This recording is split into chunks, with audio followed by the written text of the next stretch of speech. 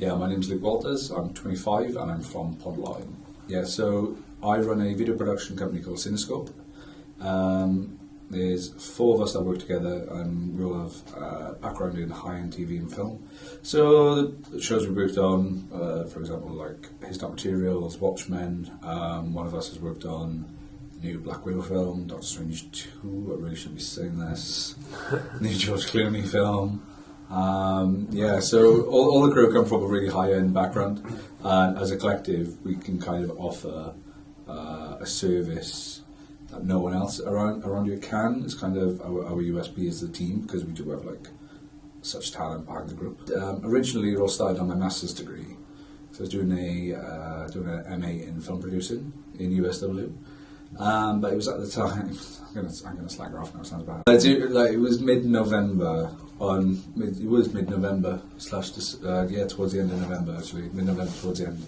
That our lecturer, who's a great lecturer, I love him to pieces, but he was like, this is a shot list, this is a close-up, and I was like, I fucking was doing this on my BTEC, like level 1, and I was like, this is ridiculous. So, and it was at the time where I was freelancing around a lot, so I just told him, I was like, I'm not going to come in, but I will do the work, I'll make sure everything's in on time, and I will do the work, and it just went from there, and I freelanced that year then.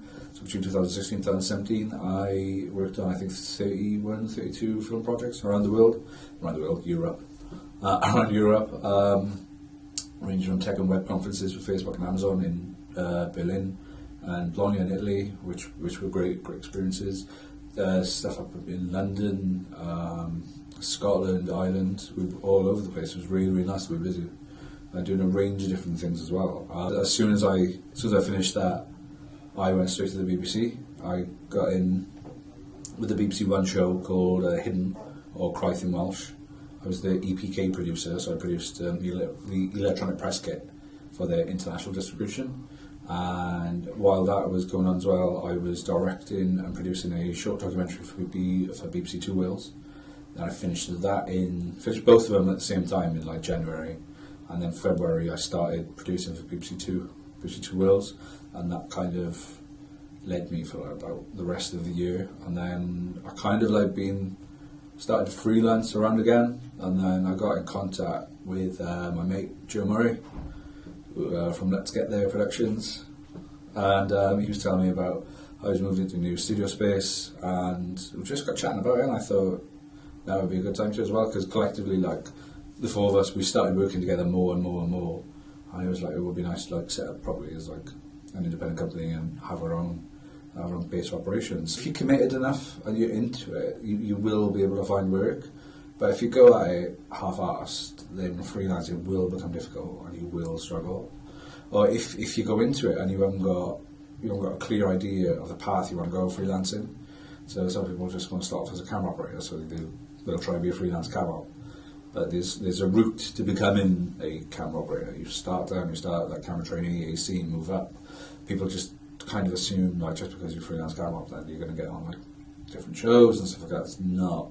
You've got to be able to like go into it open-minded and try and work at it, because if you do go in half-assed, you're just going to struggle.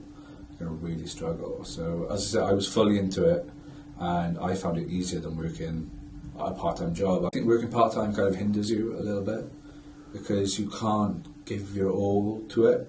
So if I was working part-time when I went straight to the BBC, I wouldn't have been able to do it.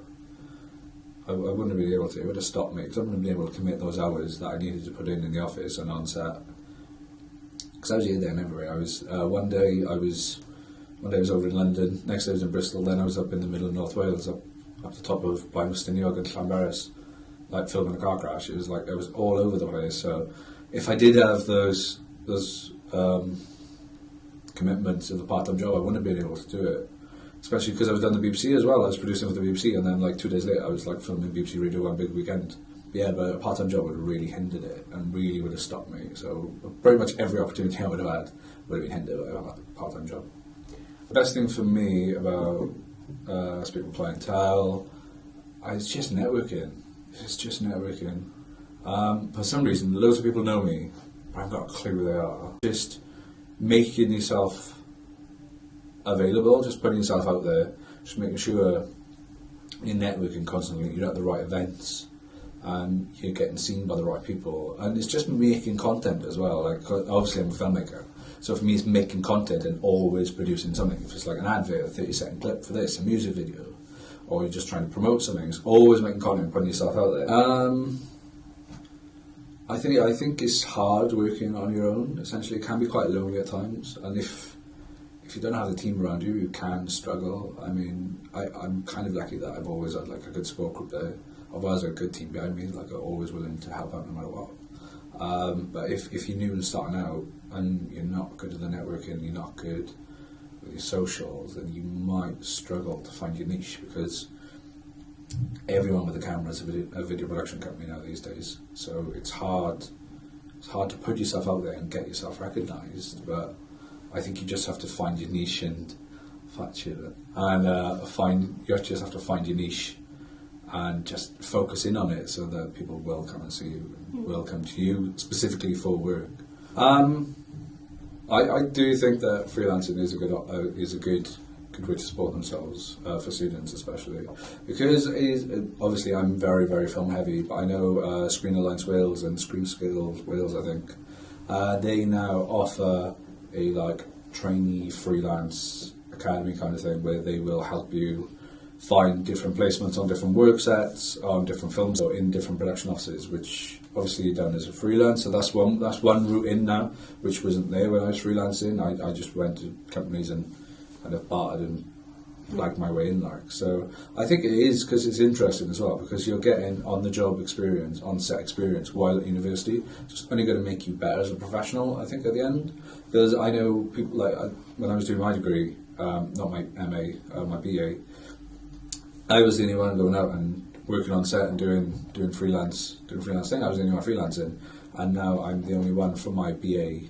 that's actually done anything in the industry. Like, everyone else is, it sounds bad, working in McDonald's, working in a bar, working in a shop, working in a factory. Like, no one's done it. So I think that's because they weren't as committed to it as what they seemed or what they thought. And the industry is hard if you don't give it all. So I think you just got to put yourself out there and just do as much work as you can.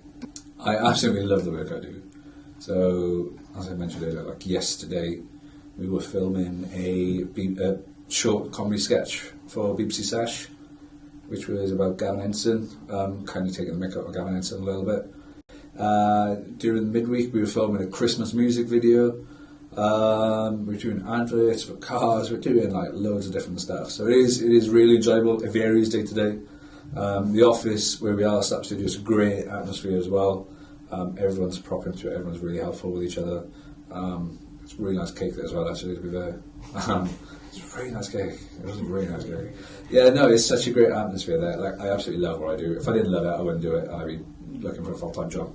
But like, I'm happy, I'm earning, I'm keeping myself alive. So like, if I would have left uni now and just gone straight into full-time work, then I wouldn't be where I am now. I wouldn't have been a 23-year-old producer at the BBC, which is quite young to be doing that when all the other producers were like 40, 50 plus. So I wouldn't be able to be in the position I am now. I know certainly, the Mandela effect. My friend wouldn't have been able to become a 21-year-old director of photography down the BBC. So without me taking those steps, like, yeah, I'd be probably working in Wetherspoons right now, to be fair. Nothing wrong with Wetherspoons, like, but I probably would be working there. Like, just like, do it. Just do it. You may as well. You only got one life. May as well just take a risk. If it works, it works. If it doesn't, it doesn't. So at the end of the day, fuck it. Every mistake you make is a learning curve. Every mistake you make, you learn from. So I don't think I'd do anything different. I just keep going. I just redo it again exactly the same way. I wouldn't change anything about it, because if I did, maybe it would change what I'm doing right now. So I keep everything the same. I wouldn't change anything.